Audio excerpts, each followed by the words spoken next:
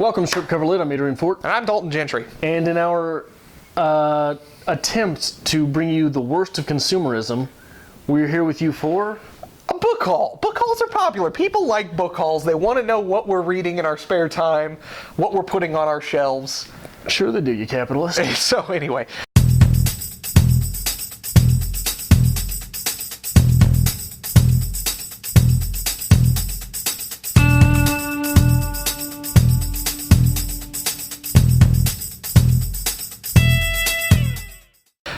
this book haul, I have to preface, it was at Hastings. It's a Midwest bookstore, if you're familiar. And every used book was $3. And I went insane. I tried to buy everything. So this is what I've got. This is for February. And hopefully we'll see a few more of these later on. Maybe. Maybe. I don't know. I still got a student loan payment to make. $3 a book, that's a deal. Okay, I got it. This is for you. The Best American Poetry, 2012. Okay. Look at me go. Starting off strong. Some poetry. Actually, I'm going to be using one of these for our man poems this week. Yeah. So I've gone through a few of them. Short poems, long poems, a little bit of everything. I saw some Billy Collins in here. I know you don't like Billy Collins, but that's the thing. I'm not as versed in poetry as I'd like to be. So I'm sure there's some important people in here that I'm just looking over because I'm not familiar with them. Is there any Emily Dickinson in there? No, there's not any Emily Dickinson in here. That's the point. That's buying it. That's why I bought it. Ray Bradbury, Fahrenheit 451. Starting off strong with this book haul. You ever read it? I have not. Neither have I. And for $3, we're going to have to do this one. Appears to be a short read. We all know what Fahrenheit 451's about. Yeah. I'm surprised we haven't started burning books mid-video, so I had to get it. Couldn't pass it up. I still have Dogs of Babel somewhere. We're not going to burn that. That's my copy of Dogs of Babel that I gifted to you. I have half of Dogs of Babel. You'll cherish it forever. Cherish it. Okay, this one's for you. Bret Easton Ellis. Ooh. Glamorama. All right. Because when I went to the store, I'm like, all right, we're going to have to do a book haul if I buy a lot of books. Go look for things that Adrian will approve of. So I looked for Bret Easton Ellis. They don't have American Psycho. Disappointed. This was the only used one they had. I have no idea what it's about. You know anything? Glamorama? No, I don't. Really? Arguably the novel of the 1990s. Glamorama should establish Ellis as one of the most ambitious and fearless writers of his generation. Wait, is that the one where he uses male models as assassins? Sure, why not? Doesn't quite say. He's living with one beautiful model, having an affair with another. Oh, maybe not. Satire and savage, though. I will take satire and savage. So, no idea what it's about. I know you build Bret Easton Ellis up quite a bit, so I'm excited to read it. I don't think this is going to be a quick read. No. Now that I'm looking at it. That type is small. Anyway. Yeah. That one's for you. Moving on. For me, Babel No More. This is... what is it with you and Babel? I like Babel. This is the search for the world's most extraordinary language learners, because I have a weird soft spot for languages. Yeah, but language learners? Why do you... Is it fiction? Is it nonfiction? This is nonfiction. Why would you even want to read that? Why would you not want to read that? I'm for reading everything. I mean, look at my bookshelf. But Jesus, one of my man. ultimate goals in life is to be considered a polyglot. You know what that is? No? It's someone who speaks 4 languages or more? Why would you not want that? How many languages have you started? About 4 years ago, I could say fluent in French. Now my French is awful. I tinkered with German, and I can speak English pretty good. My English done there good. Oh, you're from Cameron. No, it isn't. So, I also really appreciate how, like, any language, I'm like, oh, I should learn this. Never, like, useful. Like, I'm going to have to learn, like, Star Trek, Klingon. Because I'm probably going to be more excited that than like Spanish that I could actually use in a day-to-day environment. Well, if you're already going with French and German, you got to put that fourth one as like Japanese or something. Oh, but then that takes effort. That takes a lot of effort. Well, German's nothing like French. I see that. They're similar. No. Oh, yeah, they're similar. No. Oh, yes. No. Yes. I took a year of college French, 3 years of college German. It's a romantic language. English, French, German, Spanish, Italian, all similar. Okay, go grab the books, and we'll look through them. We'll look through. Okay. Okay. Okay. Artie Lang, Too Fat to Fish. I have no reason for buying this except when I used to work at this bookstore, this book would stare at me, and for some reason I've always wanted to read it. Do you know who Artie Lang is? I know he was on Howard Stern. That's it. Okay, he was also on Mad TV. What's Mad TV? How old are you? I'm ancient. We've been over this. He was also on Dirty Work. Okay. I was heartbroken though, because this was the first one that I cracked open to take a glance through, and I have a butchered misprint. So as you can see, 90% of the words are cut off, and I will never be able to read this now. How did they even sell you that? I assume it was used. You take that back. No one has ever considered looking at it. You take that back. I'm actually wondering if I could send it to the publisher and be like, hey, this book's probably like 10 years old, but I just got it and it's butchered. Well, it's already got the red dot. They're not taking that. Oh, I got the red dot of death. Anyway, moving on. A Walk in the Woods. What? What a wonderful title. A Walk in the Woods is Bill Bryson. This was just made into a movie recently.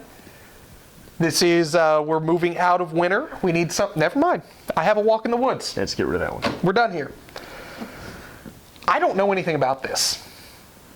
This is Gone Girl, Gillian Flynn.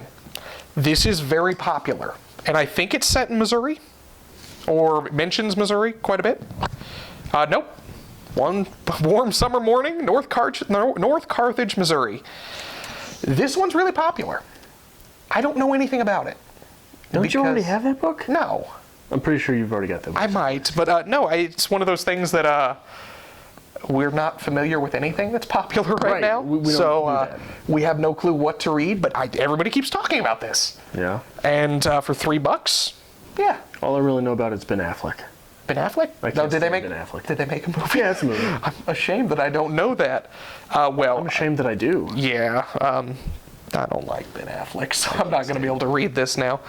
Moving on. Let me try to appease you a little bit more. Full Dark, No Stars. I'm not a Stephen King fan. Stephen King. We talk about Stephen King all the time. Stephen King is huge. Stephen King is huge. About Stephen King. So why would we not have Full Dark, No Stars? What do you mean? It's huge, and it's long short stories. Yeah, something like that. There's novellas. 5 of them. Yeah, call them a novella. Yeah, there's 5 stories in 370 pages. Yeah, those are 5 books. Well, Stephen King, you son of a bitch. This is his poetry. I just assume he's like, well, I wrote this one, but I don't really think it's publishable.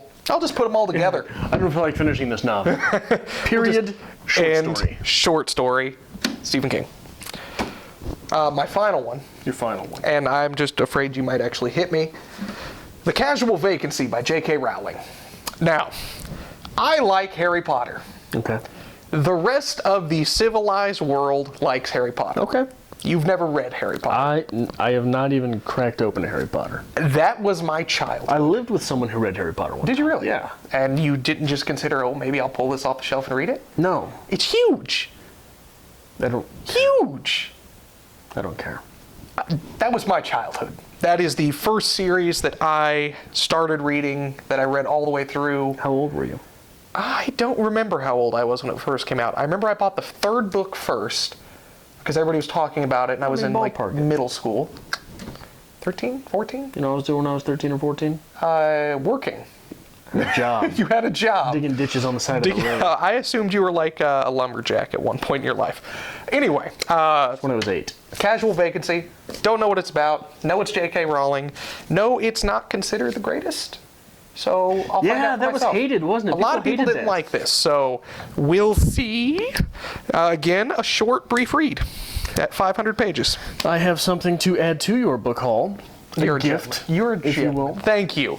So I'm sitting at a coffee house, obviously, because that's what you do. My level of hipster does. And my highlighter runs out. Okay. And I don't have a backup. I always have a backup highlighter. If you know anything about how Adrian reads, that is like DEFCON 5. Right. I lost it. So there's a dollar store about not quite a block space from this coffee house. Okay. I leave all my stuff at the coffee house and I walk to the dollar shop. And like you do, I stop by the books in the dollar store. Because we always do. I I haven't been in a dollar store for years. Okay? Didn't even know if they had books. Nothing there. That's fine. So I've got my highlighters. I'm getting ready to go back to the coffee house. And I walk past an end cap, and on that end cap, 10th of December by George Saunders. And almost crapped my pants. So I picked it up. It's a dollar store. I think that's approved of. It's expected at this point. I picked up 4 or 5 of them, and I walked to one of the associates, and I'm like, look, it's going to be a stupid question. So is everything here $1? You didn't have that tone. Yeah, pretty much. You were not that clean and crisp. You were excited and yelling at that cashier. I cashier. calmed down to ask, and I asked, and she looks at me, because it is a stupid question. Yes. It's a dollar store. I don't know if they changed the rules. I mean, this is a $26 book. So she looks at me and she says, $1 or under, yeah. So?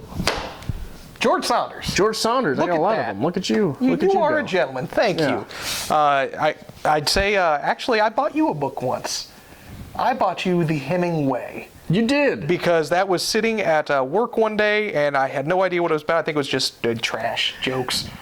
But I'm like, but it was funny. I need this for Adrian. So look at that. We're finally even. And now I'm going to have to go to the dollar store. Yeah. Yeah. So. Have you read any of these books? Have you ever been to a dollar store? I mean, do those exist outside of the Midwest? On the street I live on, North Oak, there's at least 9 of them. Yes. Well, I got dollar stores, I got smoke shops, I got liquor stores. And payday loans. Payday loans. And there's actually a tattoo shop, too. We should go get tattoos. Yeah. What are we going to, strip cover lit? No. Shut up, Dalton. Anyway, let us know what you think of this book haul. What should I read? What shouldn't I read? Did I get a good deal? Adrian will come back with your book haul one day. Maybe. I'm not such a consumer. Don't start. Thank you for watching. Thank you for watching another episode of Strip Cover Lit. It is part of our goal to bring you literature.